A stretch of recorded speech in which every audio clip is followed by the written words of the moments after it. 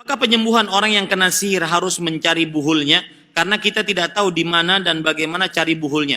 Nah, ini yang saya katakan tadi, cari buhulnya, berusaha. Kalau Nabi Muhammad SAW, beliau ditolong oleh Allah melalui wahyu dari malaikat yang dibawa oleh malaikat. Nah, kita bagaimana? Nggak ada yang nolong. Maka jawabannya ada, Allah Subhanahu Wa Taala nolong. Maka berdoa kepada Allah. Sholat malam, berdoa kepada Allah di waktu-waktu mustajab antara azan dan iqamah, di waktu sujud, sebelum salam, sepertiga malam terakhir, berdoa kepada Allah Subhanahu Wa Taala.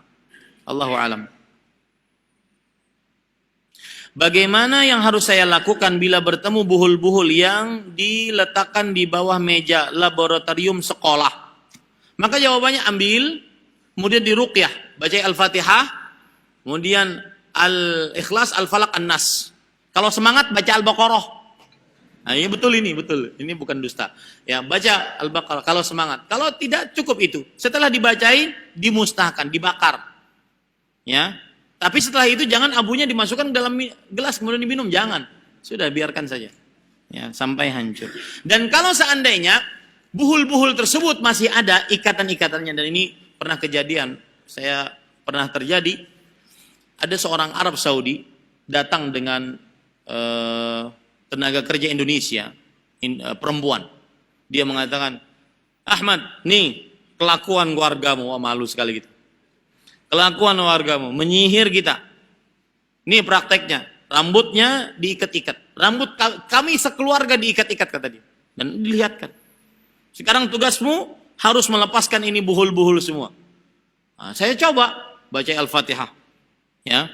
Kemudian mencoba, itu rambut yang diikat, bukan tali ya. Otomatis kan ikatannya kecil. Itu demi Allah, Allah memudahkan, itu terbuka dengan mudah. Ya, jadi maksud saya, kalau ada buhulnya, ikatannya sambil diruqyah sambil dibukain. Ya, baru setelah itu dimusnahkan. Kenapa demikian?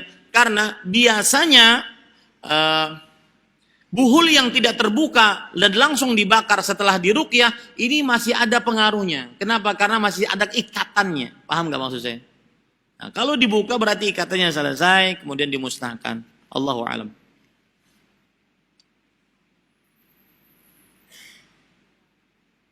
Bagaimana jika kita menemukan jimat dalam bentuk surah Al-Fatihah dalam tulisan Arab serta keris? Apakah harus dibakar dan bagaimana menghancurkannya, Ustaz? Tolong doakan keluarga saya, bapak ibu saya bersih dari perbuatan syirik kecil dan syirik besar dong. Cuma syirik kecil di sini.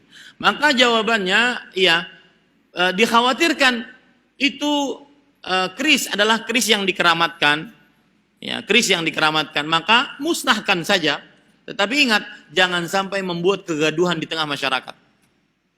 Ya, musnahkan, tapi jangan sampai membuat kegaduhan di tengah masyarakat. Misalkan itu keris disimpan oleh bapak, ente nyuri, kemudian setelah itu dimusnahkan di hadapannya, marah dia nanti. Tapi harus diberitahu, ya, dihilangkan syubhat yang ada pada bapak, diajari iqamatul hujjah, dan seterusnya. Dimusnahkan dengan cara dibakar, dilumerkan. Ya, wallahu a'lam.